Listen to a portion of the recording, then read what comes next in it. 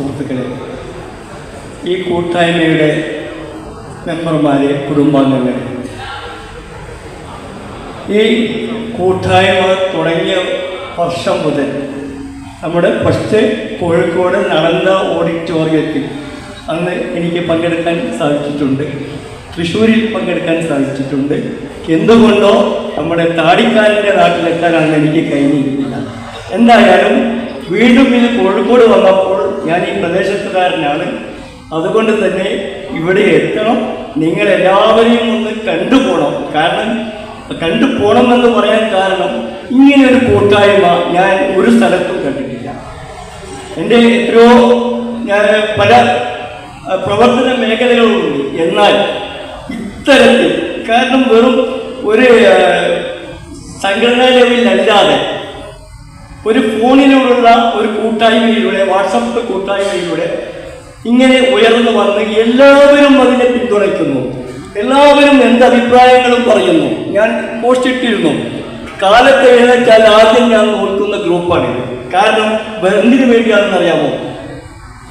നമുക്ക് ആ ഗ്രൂപ്പ് എടുത്തു കഴിഞ്ഞാൽ കാസർഗോഡുള്ള ഭാഷ കേൾക്കാം, കോഴിക്കോടുള്ള ഭാഷ കേൾക്കാം, കണ്ണൂരുള്ള ഭാഷ കേൾക്കാം, തലശ്ശേരിയുള്ള ഭാഷ കേൾക്കാം, തൃശ്ശൂരിലുള്ള ഭാഷ കേൾക്കാം, പാലക്കാടുള്ള ഭാഷ കേൾക്കാം, തിരുവനന്തപുരത്തുള്ള ഭാഷ കേൾക്കാം. ഇതൊരു സുഖമാണ്. രാവിലെ ഈ എല്ലാ ഭാഷകളും ഇങ്ങനെ കേട്ടുകൊണ്ടിരിക്കുമ്പോൾ കണ്ടുപോകുന്നത്. എന്തായാലും എന്നെ സംബന്ധിച്ചിടത്തോളം ഈ കൂട്ടായ്മയ്ക്ക് ഭാവങ്ങൾ നേരുക, നിങ്ങളെ ഒന്ന് കാണുക എന്ന് മാത്രം ഉദ്ദേശിച്ച് ഒന്നിവിടെ വന്നതാണ്.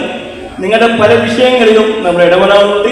ഇപ്പോഴും നിങ്ങൾക്ക് ഗുണകരമായ കാര്യങ്ങളിലേക്ക് എത്തിപ്പെട്ടുകൊണ്ടിരിക്കുകയാണ്. അതിൻ്റെ പ്രവർത്തനങ്ങൾ നടക്കുന്നുണ്ട്.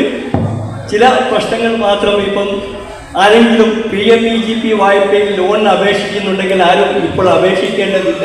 അത് പ്രത്യേകം പറയാം. അത് താൽക്കാലികമായി ബ്ലോക്ക് ചെയ്ത് വെച്ചിരിക്കുന്നു. PMFME മാത്രമാണ് നിങ്ങൾക്ക് ആനുകൂല്യങ്ങൾക്ക് അർഹതയുള്ളത്. അതൊക്കെ വേണമെങ്കിൽ പിന്നീട് നമുക്ക് കൂട്ടായ്മയിലൂടെ ക്ലാസ്സുകളൊക്കെ നൽകാം. എന്തായാലും ഈ സബ്സിഡി അഡ്ജസ്റ്റ് ചെയ്യാനുള്ള PMEGP-ക്കാരുണ്ടെങ്കിൽ കഴിയുന്നതും ഒന്ന് ബന്ധപ്പെട്ടാൽ നന്നായിരുന്നു. നിങ്ങൾ ബന്ധപ്പെടുക, പലരും ബന്ധപ്പെടാറുണ്ട്. എന്തായാലും ഇത്രമാത്രമേ എനിക്ക് പറയാനുള്ളൂ. ഈ കൂട്ടായ്മയ്ക്ക്, നിങ്ങളുടെ ഈ സഹോദര്യത്തിന്, ഈ സംഘടനയ്ക്ക് ഒരു നിങ്ങളുടെ ഒത്തുചേരലിന് എല്ലാവിധ ഭാവങ്ങളും നേർന്നുകൊണ്ട് ഞാൻ അവസാനിപ്പിക്കുന്നു. നമസ്കാരം. ജയ് ഹിന്ദ്. കാരണം ഈ കേസ് മാർക്ക് വന്നതോടുകൂടി ലൈസൻസ് പുതുക്കാൻ വേണ്ടി സാധാരണ നമ്മൾ പഞ്ചായത്ത് ഓഫീസിലാണ് ചെല്ലുന്നത്.